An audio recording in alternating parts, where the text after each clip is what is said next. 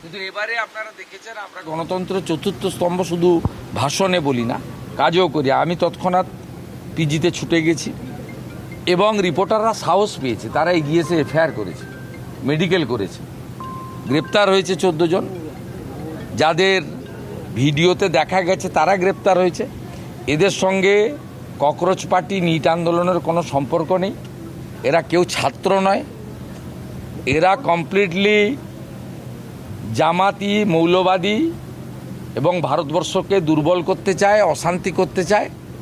আর গত 10 সপ্তাহব্যাপী যে বিজেপি রাষ্ট্রবাদী সরকার চলছে, তারা যে সিদ্ধান্তগুলো আইন কার্যকর করার ক্ষেত্রে নিয়েছে, সেই যন্ত্রণা থেকে এই অসভ্যতামিটা এরা করছে।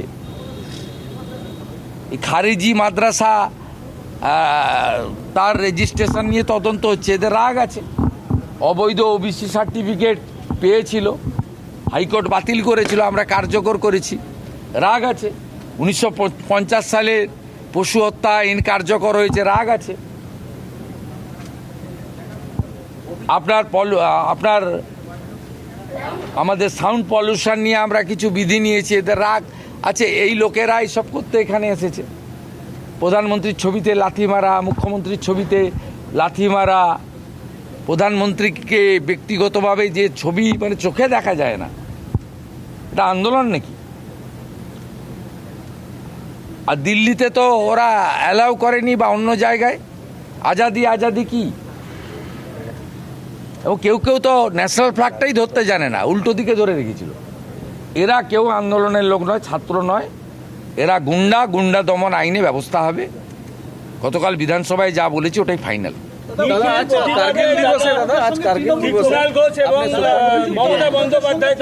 আজকে কার্গিল দিবস। কার্গিল দিবসে যারা শহীদ হয়েছে আমাদের ভারত মাতাকে সুরক্ষিত রাখার ক্ষেত্রে, তাদের স্মরণ করার দিন। সোশ্যাল মিডিয়াতেও করেছি, এখানে মন কি বাত শুরুর আগে এখানে যে আমাদের অস্থায়ী শহীদ বেদি বানানো হয়েছে, সেখানে দাঁড়িয়ে স্যালুট করেছি।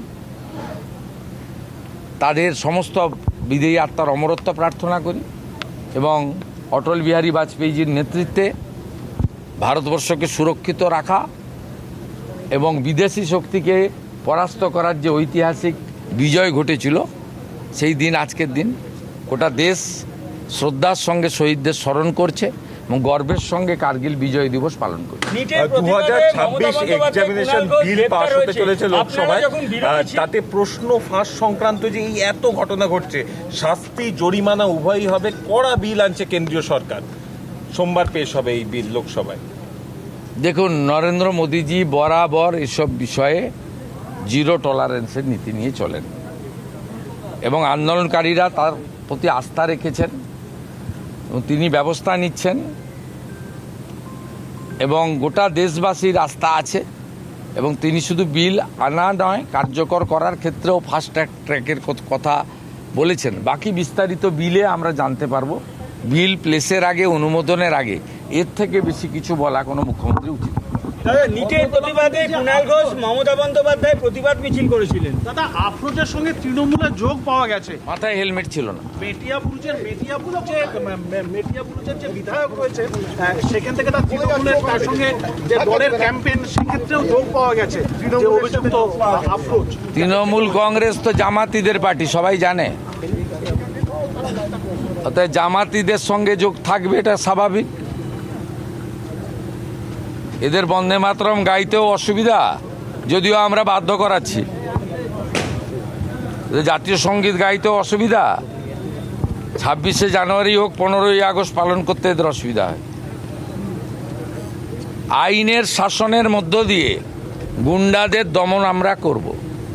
আর বাক স্বাধীনতা, গণতান্ত্রিক স্বাধীনতা প্রত্যেকের থাকবে। যে কেউ তার স্বাধীন মত প্রকাশ করতে পারে। সরকারি সব স্তরে কথাবার্তা বলা, আলোচনা করার সুযোগ আছে।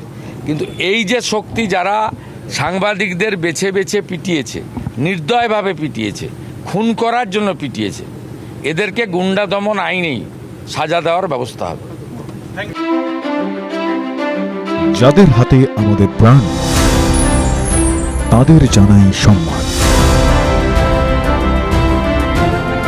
TV9 Bangla health conclave.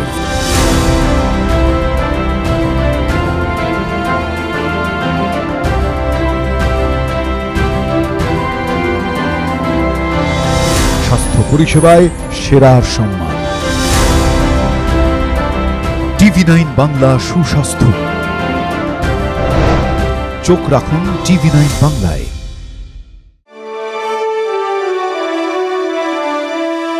Co-powered by Jagannath Gupta Institute of Medical Sciences and Hospital. এ জীবন সুরক্ষার হাতে। সুরক্ষা clinic and diagnostics. Trophy partner আপনার স্বাস্থ্যের সার্বিক সুরক্ষায় হেলথ চেক, বেহালা চৌরাস্তা, গ্রিনফিল্ড সিটি। নলেজ পার্টনার পরীক্ষায় ভালো রেজাল্ট মানে কথাও কাহিনী প্রকাশনী। Special partner IQ city knowledge and health campus Durgapur. Banking partner Samata cooperative development bank, সবার সাথে সবার সমৃদ্ধি আমার সমতা।